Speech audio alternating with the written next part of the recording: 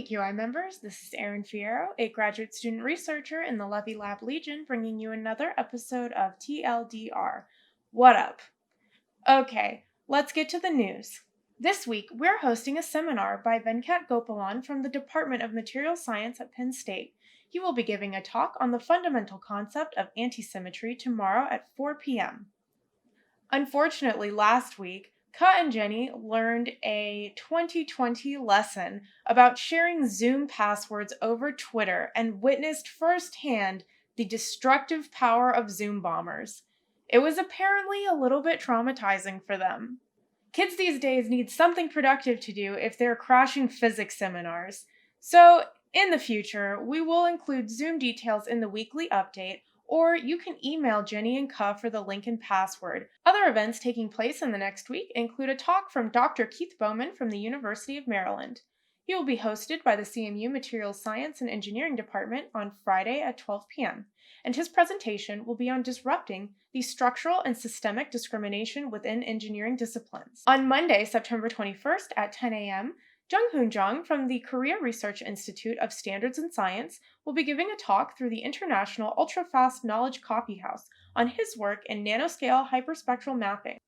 Now for our big news. In the absence of a Science 2020 event this year, PQI will be hosting its own Quantum 2020 poster extravaganza, Spooky Action from a Distance.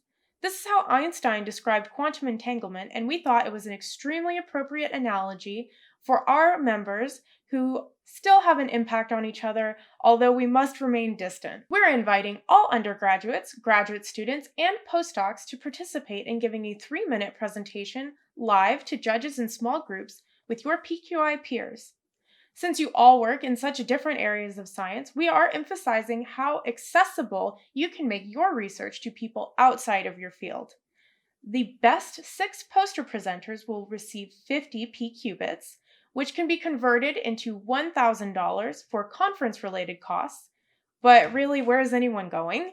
Or $500 towards that new laptop that you need to work from home. The event takes place October 29th, just 2 days before Halloween, in 2 sessions from 3 to 5:15 p.m. We're working on convincing Jeremy to let us hold a costume contest. We really want to see some Gaga-inspired masks. But he's encouraging us to focus on the scientific aspects of the event instead. I guess you can wear a mask or a costume if you want to, but as of now, there is no guarantee that you will receive points for that, but you definitely will not lose points for it either. If you want to participate, make sure to register before October 9th, and you can find all of the info on pqi.org/quantum2020. In other news, you may have heard about some physicists out at the University of Illinois who modeled the spread of COVID-19 without any input from an epidemiologist. Now, they did a really great job, and the governor and their university used their model to make decisions, but unfortunately, because they were physicists, it was just impossible for them to anticipate the effect that partying could have had on their model.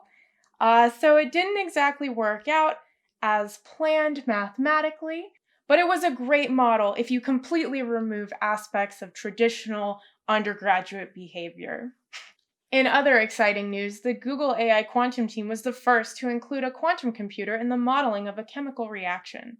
They used the Google Sycamore quantum processor to simulate 2 well-known chemistry questions: the isomerization of diazine and the binding energy of hydrogen chains.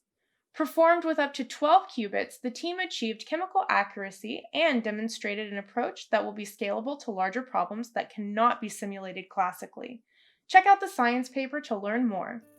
Well, that's all for TLDR this week. Stay PQ engaged, everyone.